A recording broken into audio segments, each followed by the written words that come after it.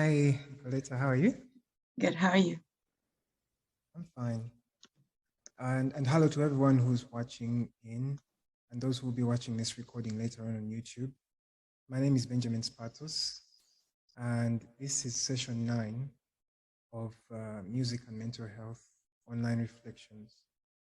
And today we're just going to talk about mental health at workspaces, which is something I feel if you look at, okay, on our side, if I'd say in Uganda, mental health is something that is not prioritized or even looked at as something really serious, especially at workspaces. If you, by any one chance, say, present any signs of mental health or even stress or anything related to mental health, you're most likely just going to get a negative criticism from either your employer or even your workmates. So I feel like this is a sensitive thing for us who work. And when we talk about work, I don't want to I don't want you to assume that it's just the work, the white collar jobs. But if we're talking about work, I want you to look at even work at say in the farms, the agriculturalists, the farmers. So don't let your mind be limited just to maybe office jobs or white collar jobs. So where do I start? Okay. Workspaces would be the right space for people to grow together, to build their mental health. And because of that, it also makes it a very complicated space because we have people with different characters that come from different places. So imagine you have maybe different races in the same office or just people that come from different families.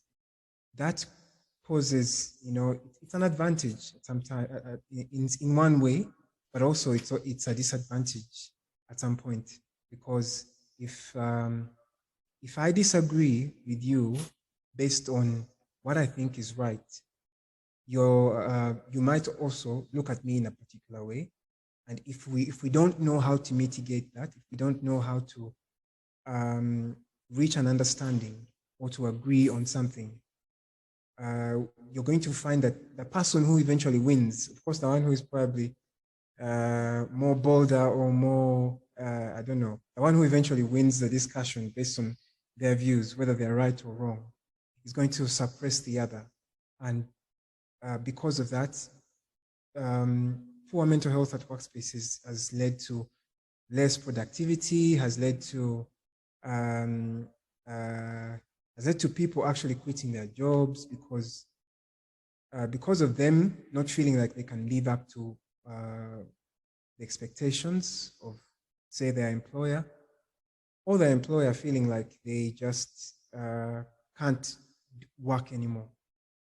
So me, I feel like it's an interesting topic for us, and we can talk about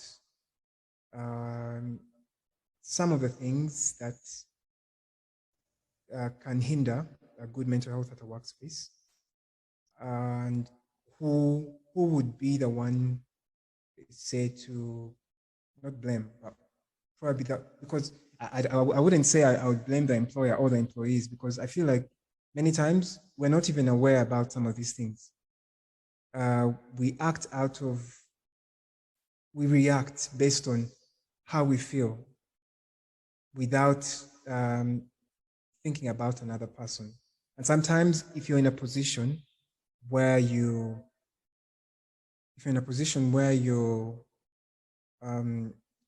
supervising someone, you might not put into consideration their mental health. So I feel like this is something nice, And so maybe I'll just break down some of the things that I feel like, say in a workspace where I currently work, you'll find that every once in a while we have, we call them self-care moments, where the team comes together and just, does some exercise, or we have some small parties where we come together. And many times someone might not realize how important that is for the success of a workspace or a company or an organization. But imagine, you're having a lot of activities going on, there's a lot of stress, people are trying to uh, clear like a lot of maybe backlogs, or just a lot of work is coming in, and they don't actually have time to, pause and just um, uh, talk to themselves without thinking about what's actually on their desk. But sometimes, during the line of work, we tend to uh, um, we tend to anger ourselves, not intentionally, but just I might want something done like really fast, and then I might be a little bit rude to my colleague.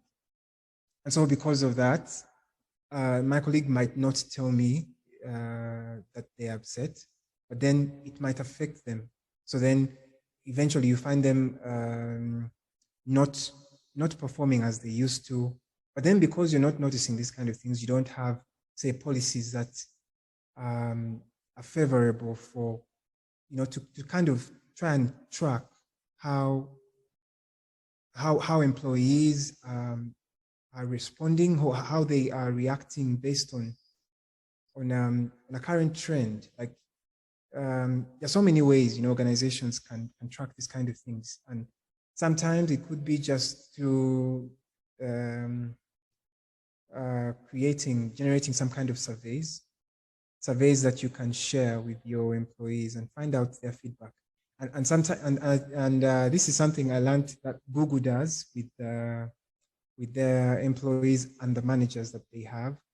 Most times you find that an employee will have their opinion on a manager, and they might not be able to tell it to them face to face. So Google invented this kind of system where they have these questionnaires, the surveys, where they have these employees write their opinions about their managers, the line managers that supervise them.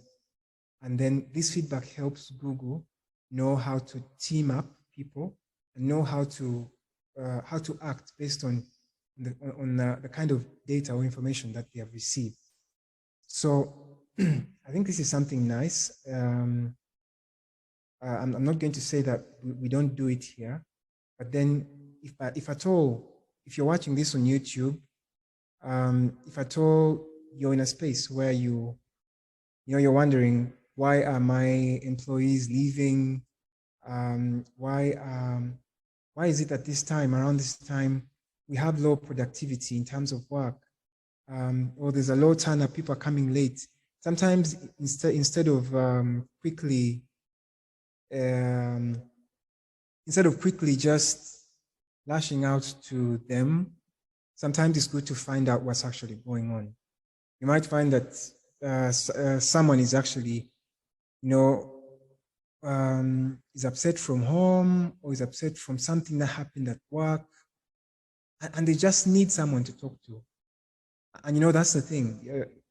Some workspaces make you feel like you can't actually talk about what's going on with your life.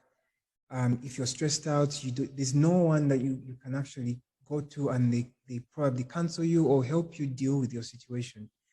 Some workspaces don't have systems or in place where maybe they can train, provide some kind of training to their employees to know how to deal with stress, like breathing exercises. They're very important, and sometimes people underestimate them, but how they can actually help you calm down your anger, your stress, help you focus is amazing. Like on top of breathing exercises, like there are a lot of things they can do on top of the exercises. That's why workspaces or managers or supervisors at workspaces need to make the environment conducive for people who are working to to to know that when it comes to mental health matters, at least there's a space they can go. And it could just be a compound, where workers know, okay, if I feel like I want to pull off some energy or burn off some stress or just cry out a bit, I can go to this particular garden or this particular space and just get some time to regain back my my energy, my mood, and my spirit. And if possible, it would be nice, like for a workspace to at least have a staff who can counsel, like a counselor or a psychosocial worker or a psychologist. And you don't have to have so many. You can have as much as you can. It could even be one, but so that people know, okay, we have a psychologist, and if we're having a problem, if we're having something where it's beyond us, if I'm fighting with my boss or if I'm fighting with my fellow colleague and I'm crying all day and I don't know how to tell them or to approach them because I feel like maybe they might be rude at me or they might not understand from the point from which I am getting oops, I didn't notice I have comb in my hair, sorry. So yeah,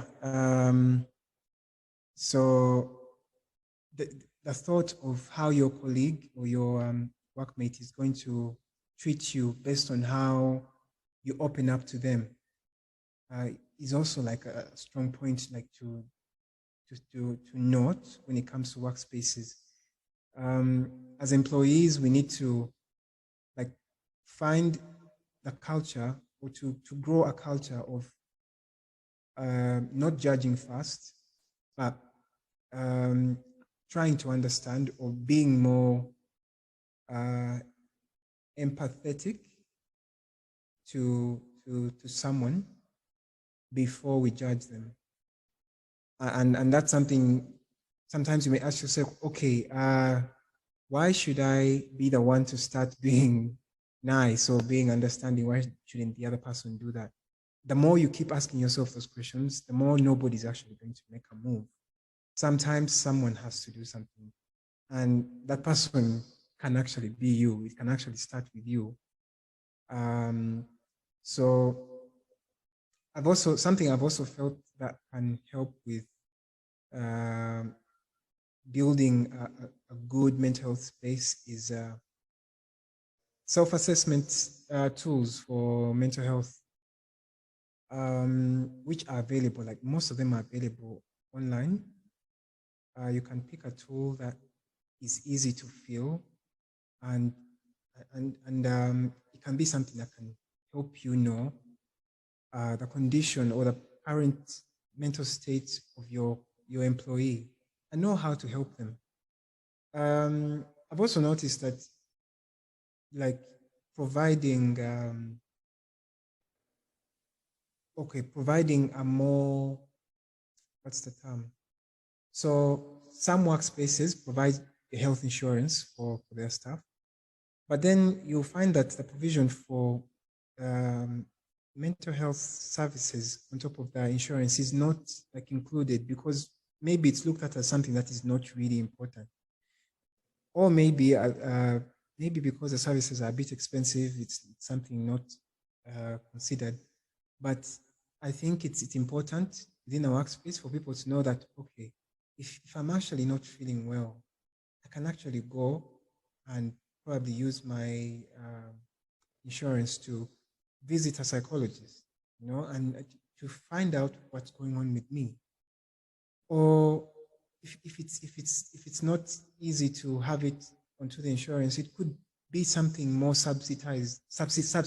You could give a percentage to employees who would love to go see a mental health specialist, so that you know you're encouraging them to first of all do something that's right, something that is good for them, and then you're you're building that kind of relationship with them. One thing I've noticed many times here, you find that people, an employer and an employee, more in some cases, don't. What's the term? They're not friendly, or they don't have the kind of communication where, okay, I can come and tell my boss about something that's sensitive in my life, because there's been that kind of assumption that if you get too close to your employees, maybe they're going to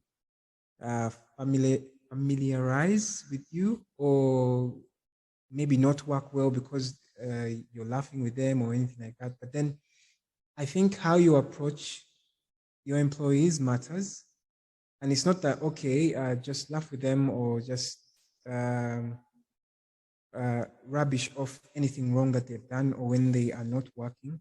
But then I think employees need to know that they can actually talk to someone. They can talk to their supervisors. They can open up when something is not going on well.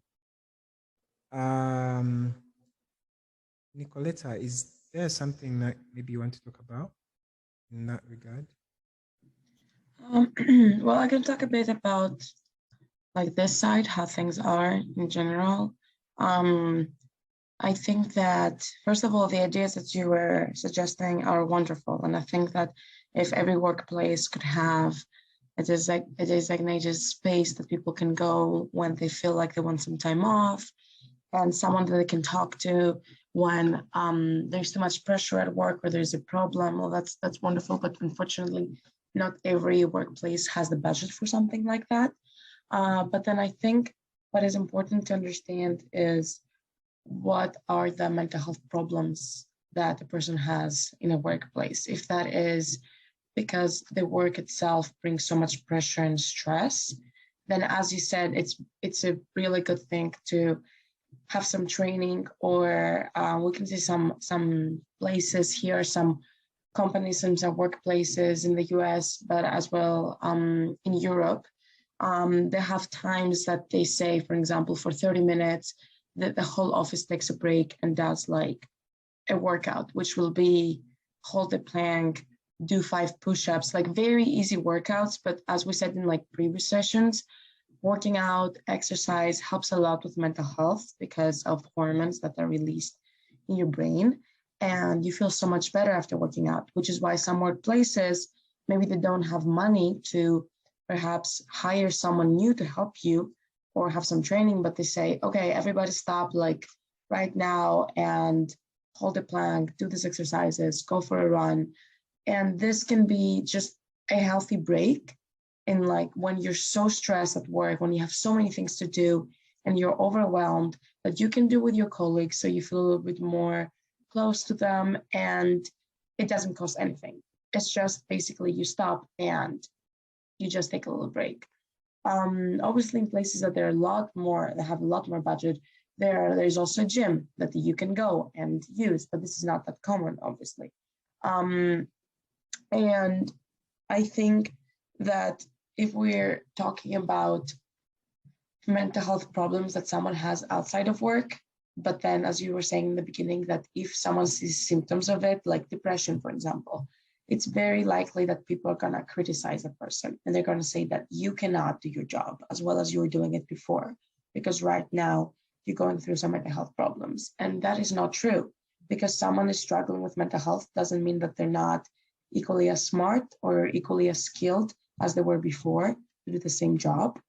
The problem starts when exactly other people around you are coming and telling you that you're not going to do it as well. That's when we see productivity going down. That's when we see that the performance is not going that well. Because It's one thing if you're struggling with your head because of problems, because we all have problems, family problems, like something comes up with your family or with your physical health, and then this affects your mental health. You're going to feel more sad, more tired, more drained. And this is normal. That doesn't mean that you cannot do your job as well. But if you have your boss come and doubting you and telling you that probably you're not going to be as productive, then this can actually affect the way that you perform at work. So I think it's really important, as you said, when we see symptoms, whether it is a colleague or whether you are an employer and you see one of your employees maybe having some symptoms of anxiety or depression or any other mental health disorder, it's important to go and communicate with them and talk to them and show that you have the support, that you show support, that you show that you believe in them, that even though they're going through some tough times in their lives currently, that you know that they're more than capable to do their job. And then if you start to see that the performance is not going that well, then again, have another conversation with a person, figure out why, figure out a way that you can help them. As Benjamin was saying, it's really important that employers and employees have a good relationship. Obviously, you have to have the authority if you're an employer. You cannot be friendly all the time with your employees. You need to be disciplined and you need to have the authority. You are the boss at the end of the day, but you need to be able to go to your employees and have a conversation, because this is going to help your business. It's going to help them. It's going to help you. So the best is to just be open in conversations. If we're able to bring training in a workplace when it comes to breathing exercises, I think this is amazing, because everybody is benefited by knowing how to calm themselves down in a situation where they feel too much anxiety or a panic attack, because just changing your breathing can prevent you from developing a panic attack or bring you back down to like normal levels of like reasoning, let's say. So it's so important to have breathing exercises, to know how to do that. And I would say that when it comes to the United States, there is insurance offered, because it's really expensive as well to seek services. It's really expensive to go to a therapist. There is insurance, not in all places. And it's a very good point to know in the job that you have the security. But if you need to go to a counselor, to a therapist, you can do that because the insurance covers it. Because it's very, very difficult to find a therapist that is accessible to you, that works with you, and is also like you can afford it. Because therapy is pretty difficult, like to afford if you don't have insurance.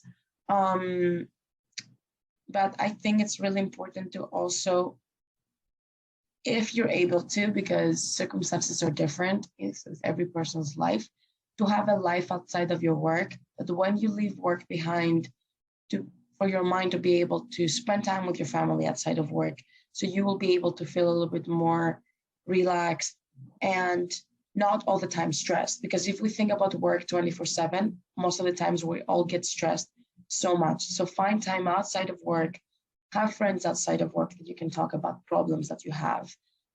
Spend time with your family, with your partner, with your kids, outside of work. Make time for that.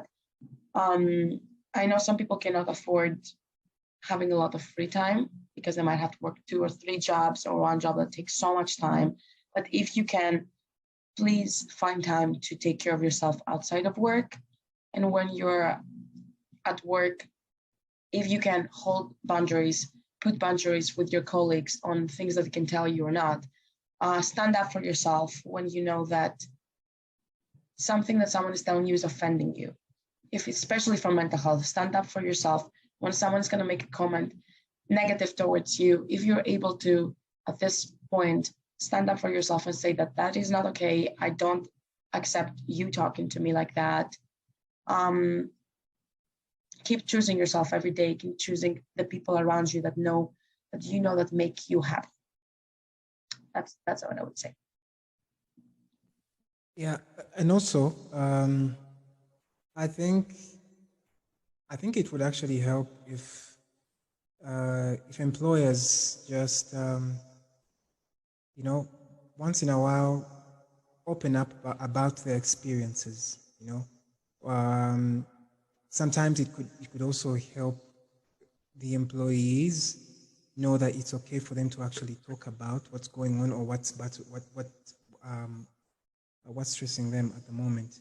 Sometimes, as supervisors, we want to feel, or we want to create that kind of notion where we are perfect.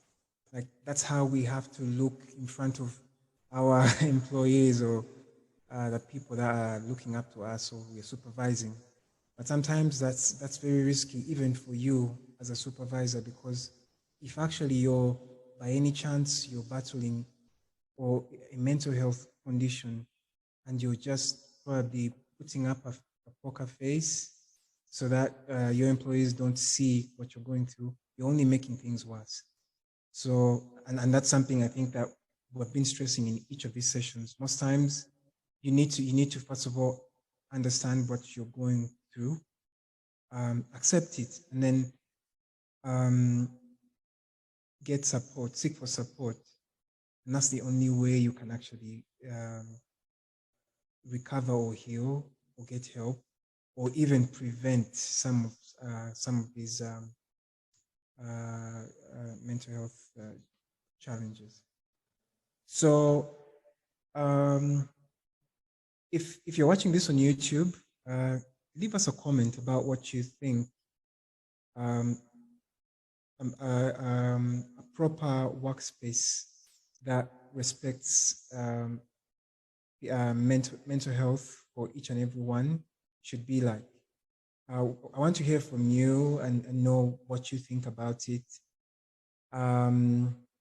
Do you think the person who works at the gate should be treated in a different way than the one who probably works in the administration desk?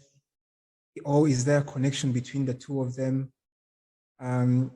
Sometimes okay, I had an encounter at some place and security people were treated in a very bad way. But then you find that I noticed and realized that even as they're doing their work, as they're opening the gate, as they're trying to keep people safe, they're not doing it with the passion. They are so sad. They're so demotivated by how they're treated, by the people they're trying to actually protect, So I think that's something that we who are in workspaces need to be very sensitive about. Need to be sensitive about people's roles. Sometimes we may feel like because you have a bigger role, you don't have to say hello to somebody who doesn't have a bigger role. Those kind of things are things that can actually get to somebody's mind. And because maybe they are not able to speak it out to you directly, it's going to kill them slowly deep down inside. And then eventually you might, and I've seen people who have actually lost their lives because of that. They end up burying themselves into a lot of work, more than what their body can actually handle. A lady at some point fainted as she was just getting back to home from work. And she was healthy, like physically she was healthy. There was nothing wrong. She had no disease, but apparently she used to spend a lot of time at work. And time, I think she never had enough time to rest. So I think we need to be mindful about that. And I think it goes both ways. I think you as an employee, you need to know what you can actually do or what you can actually deliver. And as an employer, I think even when we want to bring out the best results, I think we need to understand what's that point, that optimal point that, an employee can actually perform to their best.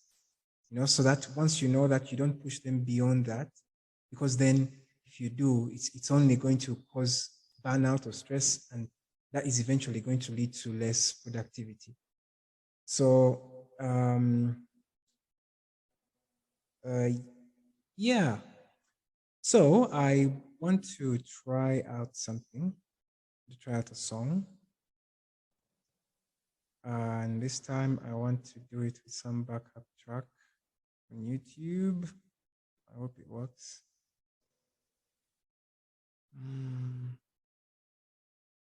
Let's try. Let's try it.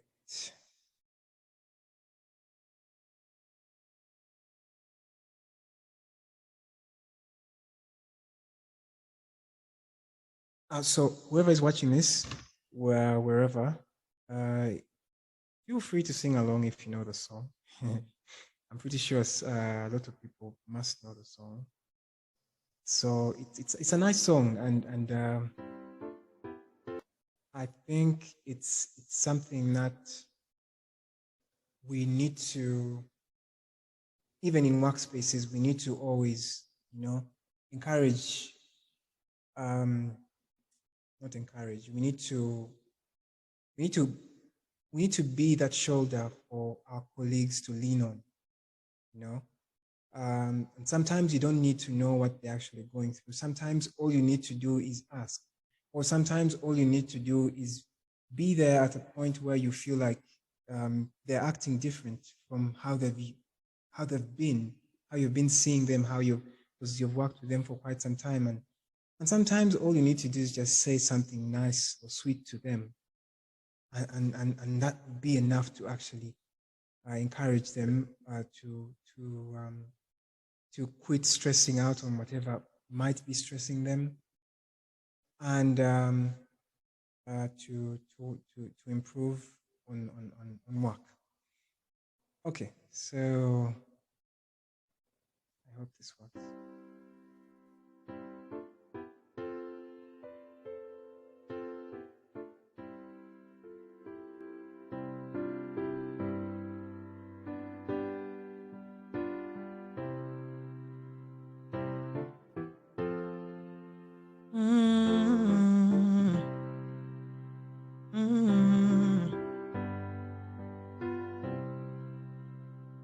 Sometimes in our life, we all have pain, we all have sorrow.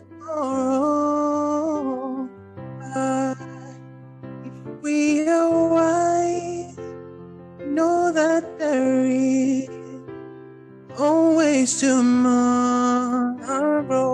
Lean on me when you're not strong. I'll be your friend. I'll help you carry on. Or it won't be long till I'm gonna need somebody to lean on. Please swallow your pride. If I have things you need to borrow, for no one can feel those of your needs that you won't let show. Call on me, brother, you need a hand. We all need somebody to lean on. You just might have a problem that you don't understand. We all need somebody to lean on. Lean on me when you're not strong. I'll be your friend. I'll help you carry on, for it won't be long till I'm gonna need somebody to lean on. Okay, so I'm not gonna do the whole song, but that is Lean on Me. And hey Anne, I see your chat. She says, I think I think you have both already mentioned a lot of important factors. that contribute to mental health in the workspace. To me, one of the many things that are helpful includes acknowledging the fact that we are all human beings who are flawed but doing our best no matter where we stand hierarchy wise. No one works like a machine and everyone breaks down sometimes, no matter what position you hold. Yeah, you're right, Anne. Um, Anne, do you want to introduce yourself? Or you would? I was going to do it, but then if you want to introduce yourself and what you do, I think it's fine.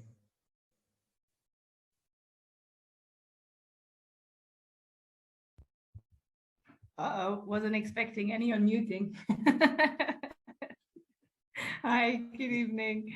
My name is Annemaike, or Anne, as many people call me, and I am one of the team members at an organization called Backup Uganda, where we develop support for children with learning difficulties and learning disabilities. So it may not always be mental health that we're talking about, but very much related in many ways. So yeah, very interested in this conversation. Thanks. Okay, I think I would have actually introduced you wrongly, so that's why I actually asked you to do so. Anne is doing an amazing job. She is doing something that many people would find very stressful, and I think it takes a really strong heart for someone to care for people, especially people that need help. You know, it's been very nice to have everybody joining here, and whoever is going to watch this on YouTube, be mindful about your mental health at your workspace. Don't overwork yourself. Sometimes you might not notice, but slowly, burnout can actually, you know, make you less productive. So you need to try and be more, to be more aware about your mental health, especially at a workspace. And I'd encourage people at workspaces to try as much as they can not to focus on the things that would divide you. I know sometimes it's not. I know sometimes it just comes. You might find yourself actually into a misunderstanding with your colleague, but then it's a reason as to why you need to try and be more conscious about yourself and about the things you say and about the people around you. The more conscious you are, the more you won't be so quick to make a reaction, even when you might be upset. I'm not saying that don't speak up when you're actually upset. I'm saying, how do you speak up about how you're feeling or how somebody has upset you? Are you going to yell at them? Are you going to throw whatever is close to you at them? Or are you going to just come up front to them and tell them, I think I didn't like what you did. I think this is not right. And I think that's the reason as to why like having supervisors at a space of work is important. Because sometimes if maybe it's very hard for you to approach someone, you could have a mediator. It could not even be your supervisor, but it could be someone that you feel can approach this person and help you mitigate like some of these issues. So it's important. Don't die with your anger. Don't die with your stress. Don't die with your frustrations about someone, because then it's going to affect how you work. You might want something from them that you're supposed to do, and because you are angry at them, you can't actually approach them. So you're going to have to wait for another person to come to go and ask for you something that you need to actually work. So imagine how much time you're actually spending trying to avoid someone that's when instead you could just reach out to them and speak up about what you what you feel. So yeah, I think this should mark the end of today's session. I think it's better to have them short and on point. If you're watching this and there's something that you feel I've left out, leave it in the comment section and we will reach out to you in the best way that we can. Don't forget to check out some of the previous sessions that we've been having. We've been having different topics on each session, So check them out. And if there's something that you think you can learn from, or there's something that you feel you can share or add on to what we've already discussed, please add it into the comment section, and I'm sure it will help somebody out there. So thank you all very much for tuning in. Thank you very much for joining. And it means a lot. It means a lot when we have people joining in, when we have people giving their opinion about some of these topics, because then it means that we are not just saying things out of our minds or things that don't actually matter, because that's the point of having this platform. The platform is to create a space where people can actually feel safe to talk about everything mental health and music. So the plan for these sessions is to actually have them escalate to a point where it's not just virtual only, but also a physical space. But one step at a time. And I think this is something good. I'm actually proud of us. We've reached the 9th session, and it's not easy. I know that because there are many times when I've been like, oh, I think we should probably postpone or do it another time. But I think that's something that I think if somebody can pick up or learn from, always being resilient about the things that you're passionate about, not just giving up on something just because things are not working out right, but staying strong and trying to stay determined. And if you feel like you can't stay determined, I remember in a session we were talking about some of the things that can actually help you boost your mental health. But these same things can actually get you refreshened up, or they can help you get back on track. Things like listening to songs that you like, songs that you love, inspirational music. It could be anyone. It could be Celine Dion. It could be Mariah Carey, or it could be some rock song from I don't know, Boys Like Girls or Ed Sheeran or anyone. The main thing is listening to something that takes your mind off that thing that is worrying you, that is blocking you from focusing, that is blocking you from achieving the things that you want to achieve. And on top of listening to music, there are a lot of exercises that you can do. And you don't have to do an exercise that you're not comfortable with, an exercise that you don't love. There are a lot of exercises, and you can find one that can actually work for you. Like sports, like I don't like football, but if football is your thing, it can be something that can help you take your mind off the stress of the day or the stress of the month, or of home or work. It could be anything. It could be netball, it could be volleyball, it could be tennis, it could be it could even be yoga, it could be meditation.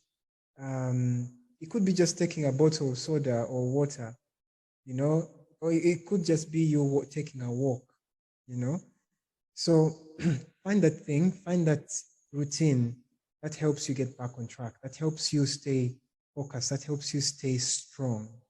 Because the truth is, nobody is titanium forever. Sometimes we weaken, our walls weaken, and we just have to be constantly aware about some of these moments, so that we can find that routine that can get us back on track.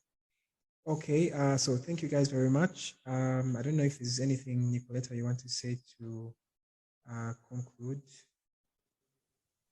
I think we're good. I would just like to as well say thank you for everyone who joined in and who's watching, and we'll be back next week with another topic. So we'll hope that we'll be helpful in any way that we can, and stay strong if you're struggling, and keep going. You got this and you're not alone.